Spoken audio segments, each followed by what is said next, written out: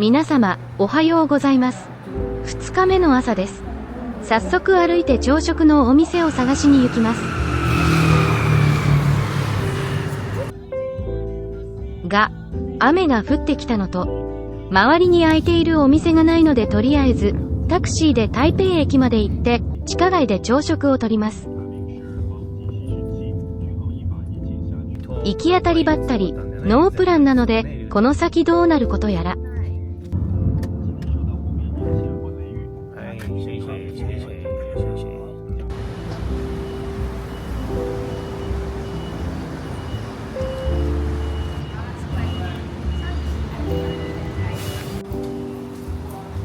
早速、地下街へ行きましょう。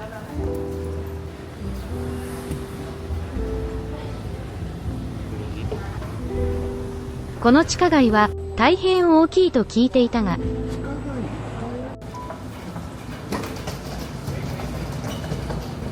どこだどこだ。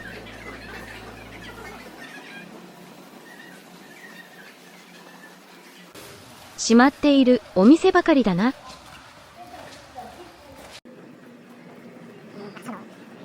だんだん暗くなってきて、おっちゃん心配になってきた。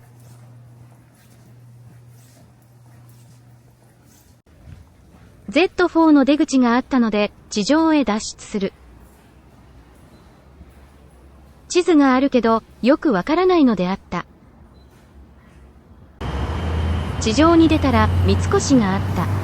この辺りを歩いてみよう。日本のレストランチェーン店が多いような気がする。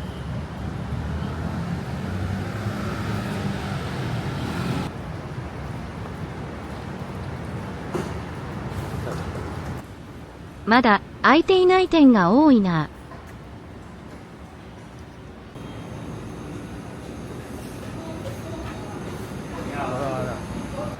おいしい牛肉麺、乳老麺が食べたいな。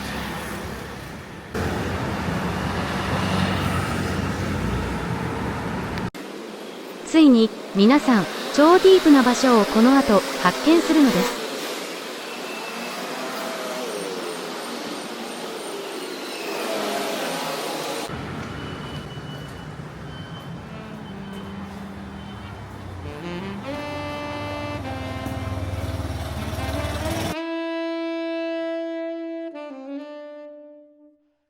どうも、ここは広東料理を出す食堂街というか、屋台街であった。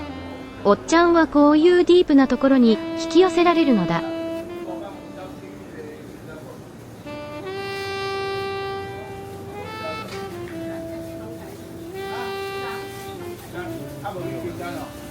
そういえば、お客さんが一人も歩いていないのに気がついた。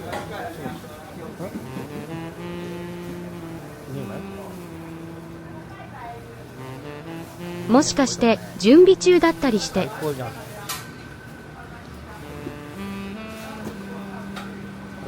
最初は少し怖いところかもと思っていたが、おっちゃんも犬も優しかった。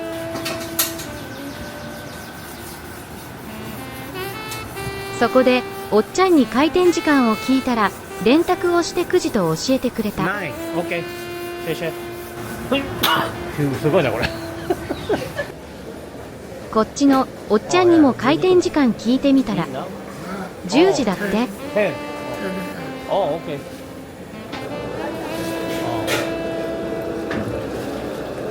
そういえば台湾と日本の時差が1時間あったことを忘れていたのであった。よかった、1時間得した。でもまだ開店しないぞ。路地がだんだん細くなってきたな。こんなところに占い屋さんの看板があるぞ。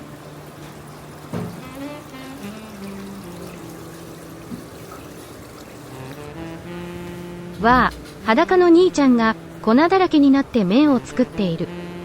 すごいな。ディープなところに来てしまったな。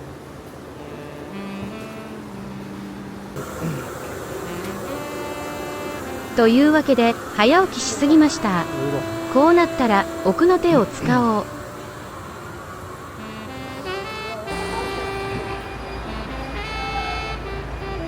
タクシーのおっちゃんにローカルが行く有名な牛肉麺の場所を聞いていけばよかったんだ。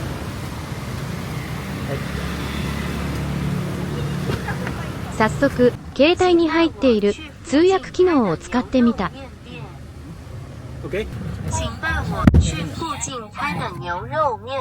着いた。ここがタクシーうんちゃん一押しの場所だ。地元民で大にぎわいの牛肉麺、大人気店、富広牛肉麺、風本乳老麺。はい。はい。いや。早速牛肉麺を注文する。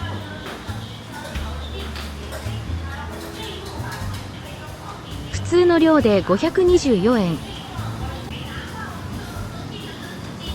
スープは甘みがある感じ。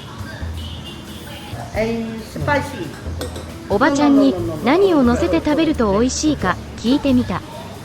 高菜をたっぷり乗せ、辛いペーストを乗せて食べろと言っていたようだ。これはナッパ。魚です。魚うまそう。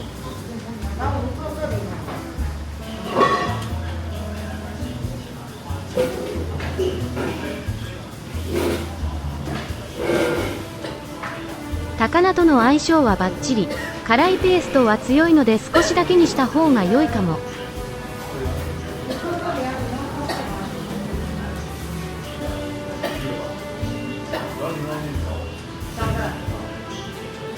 牛肉は甘辛っぽくていい味だ。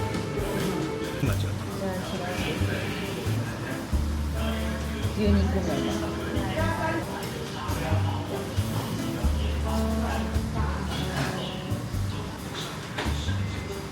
ごちそうさまでした。タクシーのおっちゃんありがとう。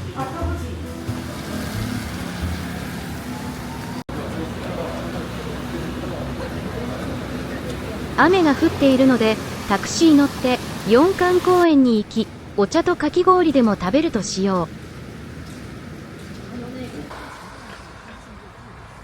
う。台湾総理府。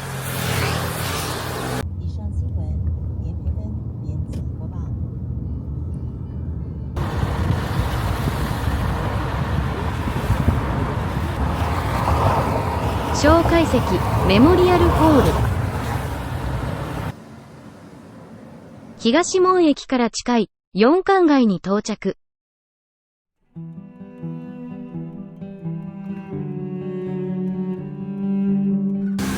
天然ハーブを使ったオーガニック石鹸などスキンケア商品を展開する台湾発のブランドユアン。四冠街にある店舗を訪れてみた。ユアンは日本にも進出しているブランド。台湾の方がお買い得である。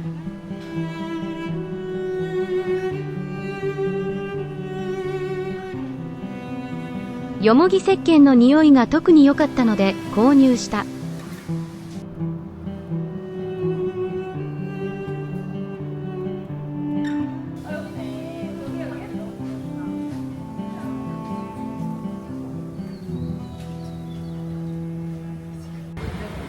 四冠公園周辺を少し散策。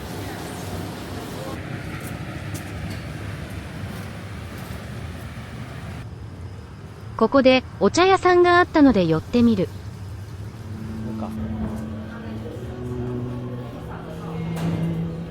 新店舗ですか。こっち。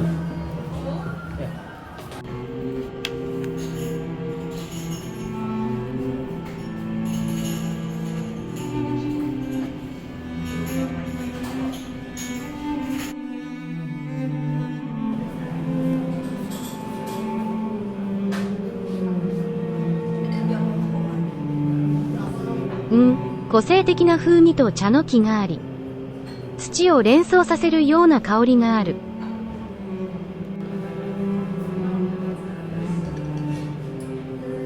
こちらはハニーレモンジュース。まさにレモネイド。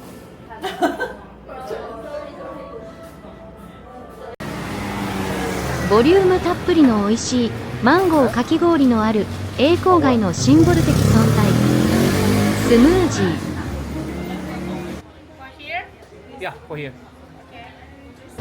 ピーナッツ味のふわふわかき氷にタロイモとピーナッツ、小豆、パンナコッタを添えた台湾らしい一品。甘すぎずバランスの取れた味わいで食べ応え満点。さらに杏仁豆腐までついてくる。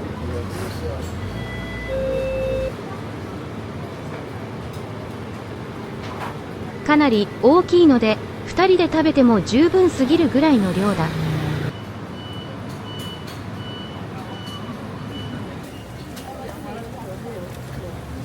ゾンジュアピン。これはチヂミみたいなものであろうか。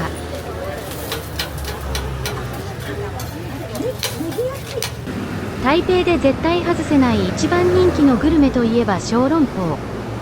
熱々の肉汁がジュワーと溢れ出す小籠包を口に頬張る瞬間はたまりません。小籠包といえばディンタイフォンが最も有名ですが、あれれ、ここはテイクアウトのみのお店でした。レストランは道路を渡って少し先のところだった。どこだどこだ。ここだここだ。はい、for two.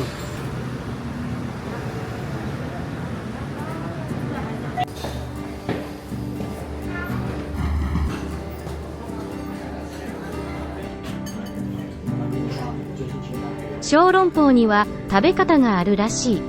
酢と醤油を3対1で混ぜ、最初の1個は何もつけずレンゲにのせ、中のつゆを皮を破って一緒に食するらしい。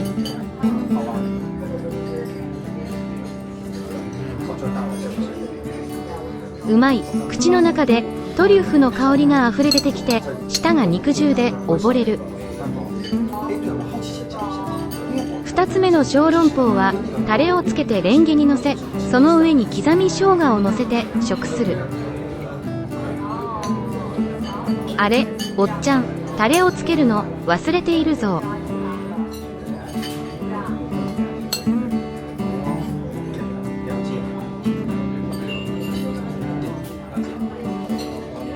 次は普通の小籠包だな。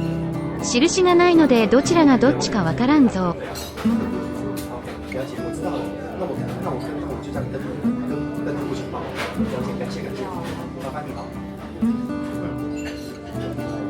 これもまた美味である。上品でプルップルの小籠包であった。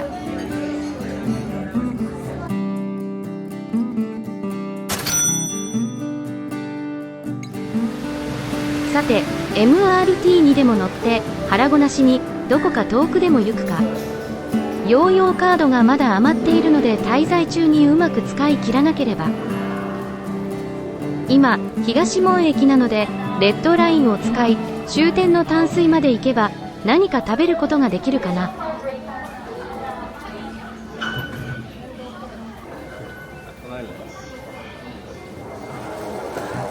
ここを左、エスカレーターでホームまで降りる。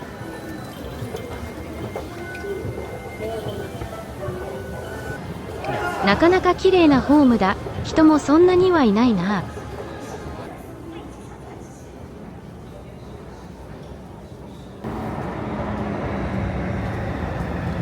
ガラガラだ。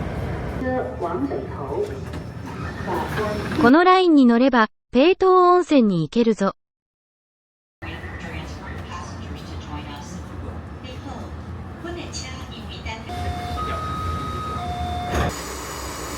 温泉に行って足湯でも使ってみようかな。それとも温泉宿で一泊しようかな。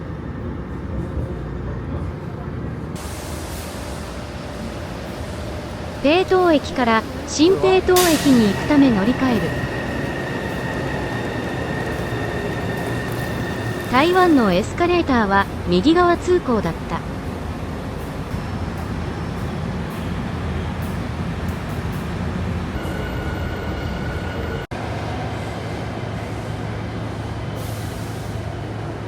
あ、間もなく電車が来るかも。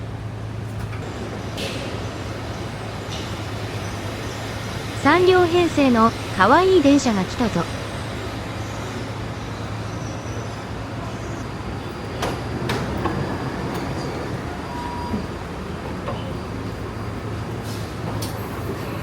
座席数の少ない電車だなと思ったら一駅で終点になっていた。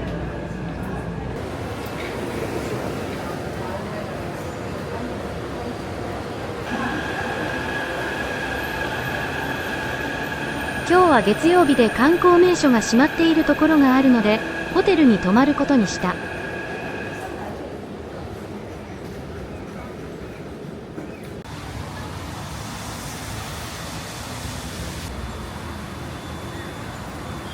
駅の案内状に行って聞いてみよう。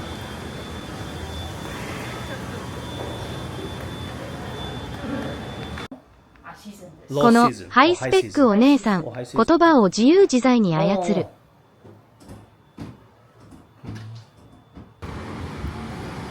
この季節はハイシーズン料金で高めと言っていたが、ホテルの部屋に内温泉風呂がついて朝食付き、大人2人で23,000円なので安いと思った。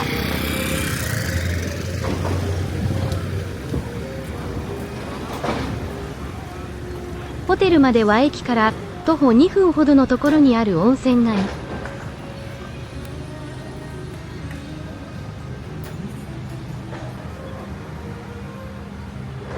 宿泊の用意をしてこなかったので日本のものを扱っているドラッグストアに立ち寄った。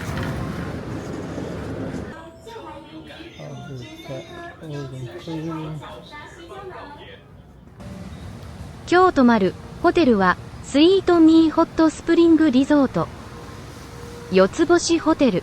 ホテル内は古代中国と西洋が融合した芸術的な作りとなっており、地中海式の大浴場や個室の温泉、スパなどのリラクゼーション施設がある。翡翠のような乳白色の白衣温泉を満喫することができます。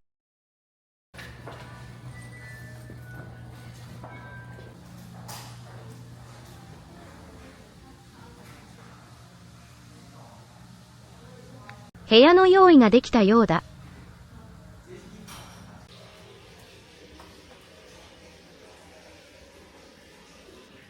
水、ポカリスエット、ゼリー飲料などがついており、アメニティもしっかりしていた。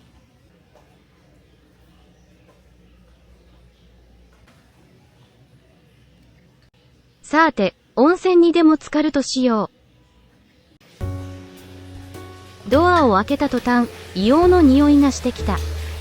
草津の温泉か伊香保温泉にでもいるような感覚。温泉好きにはたまらんね。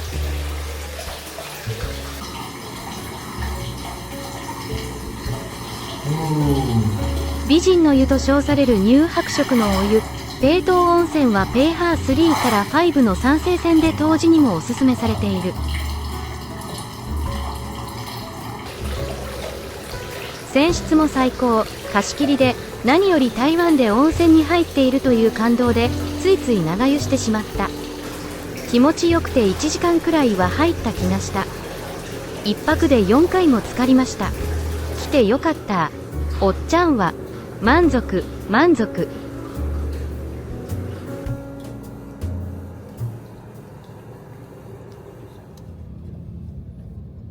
夕方に、夜市にでも行こうかと思って検索していると、士林夜市が車で17分のところにあったので、タクシーで出かけた。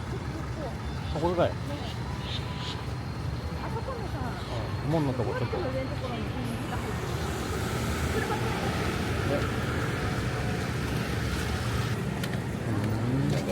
カエルマークのタピオカミルク屋さん。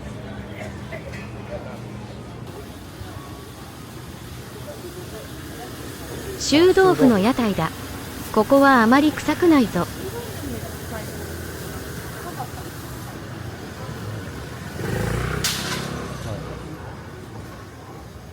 射的だ。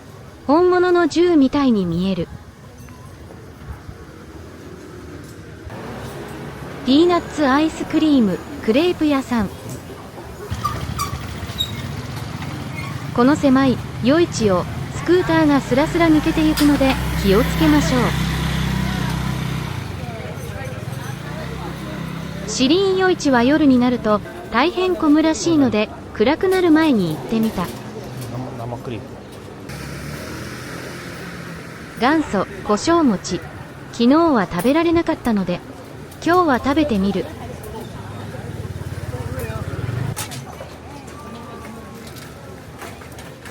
ちゃんと窯で焼いているではないか。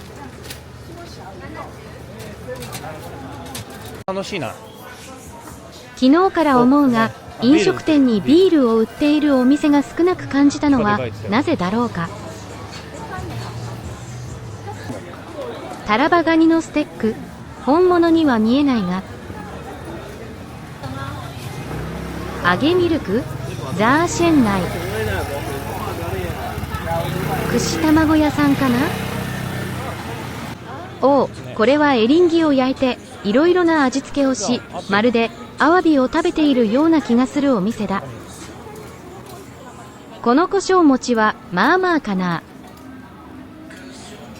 炭火焼き牛肉ステーキ屋さんだ。味が選べるらしい。電話中のたこ焼き屋さん。まだ少し時間が早いのと月曜日なので準備中の店が多い。だからほらあんまり。ここには牡蠣のオムレツがあるらしい。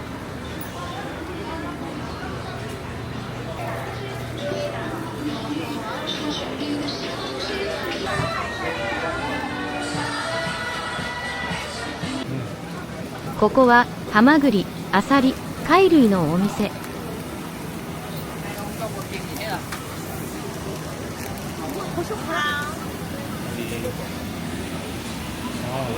まそうだ。鶏の串焼きかな。美味しそう。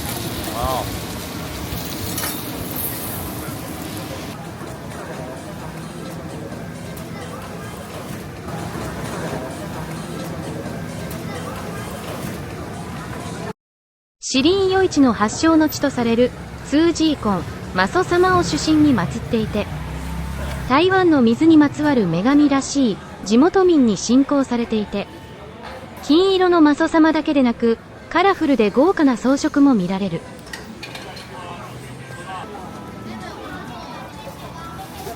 焼きとうもろこし、焼きイカ屋さん、クレープ屋さんにミルク屋さん。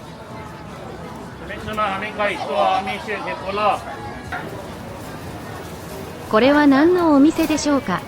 ここはソーセージ屋さんみたいだ。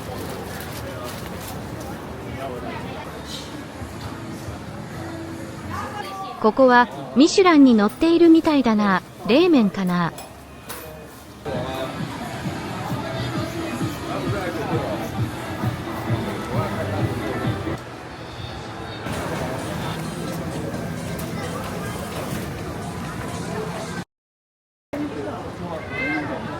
3D 虎のいる四つ角だ。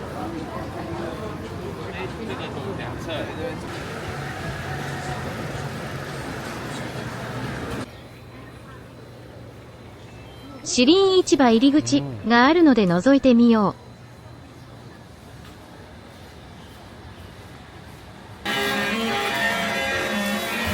う。まだ時間が早いせいか準備中のお店が多かった。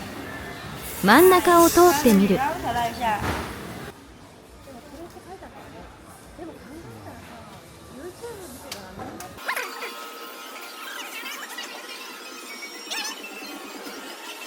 子供が喜びそうな場所だ。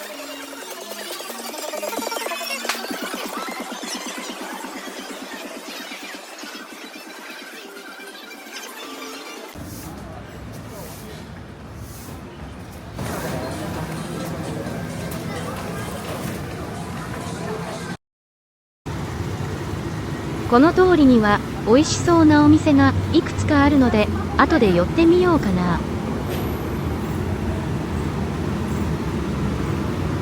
ステーキ屋さん。日本人好みの鉄板焼きスタイルだ。マトンとかね。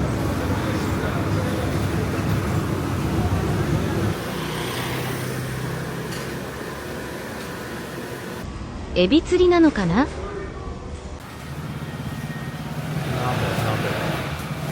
結構地元の人がバイクで夕食のテイクアウトをしているな。まだ配送中だ。ミシュランを総なめにしている大きめな焼き小籠包のお店だ。外見は肉まんにも見えるぞ。そうそう、これうまいって言ってたわ。ここも多くの地元の人が通っているみたいなところだな。よーし、ここにしよう。なんかうまい。ここにはビールが置いていないので、向かいにあるコンビニで台湾ビールを買って持参した。驚いたことに、さっきあった料理がものすごい勢いでなくなってきている。トレイの中は野菜中心に料理が並んでいた。食べてみるとマイルドで優しい味がした。料金もとてもリーズナブルで地元の人に人気のあるのがわかる。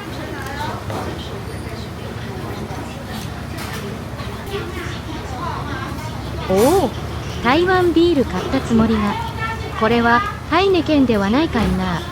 おっちゃんはびっくりしたぞ。このお店で振る舞われている米と麦の甘い飲み物と鶏ガラスープは絶品であった。おっちゃんはうますぎで2杯おかわりしたぞ。看板にファーストフードみたいに書いてあるが、お店の名前はわからなかった。牛みたいに4つ胃がないと食べ尽くせないな。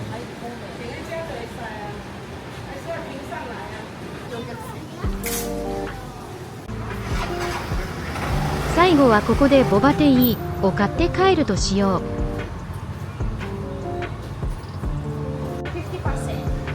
注文も細かくできるみたいで、甘さや水の量など選べる。お店の名前がここでも読めなかった。丸石？英語で和オリジンとあった。夜市も暗くなって混んできたので、タクシーでホテルに帰って温泉でも浸かろう。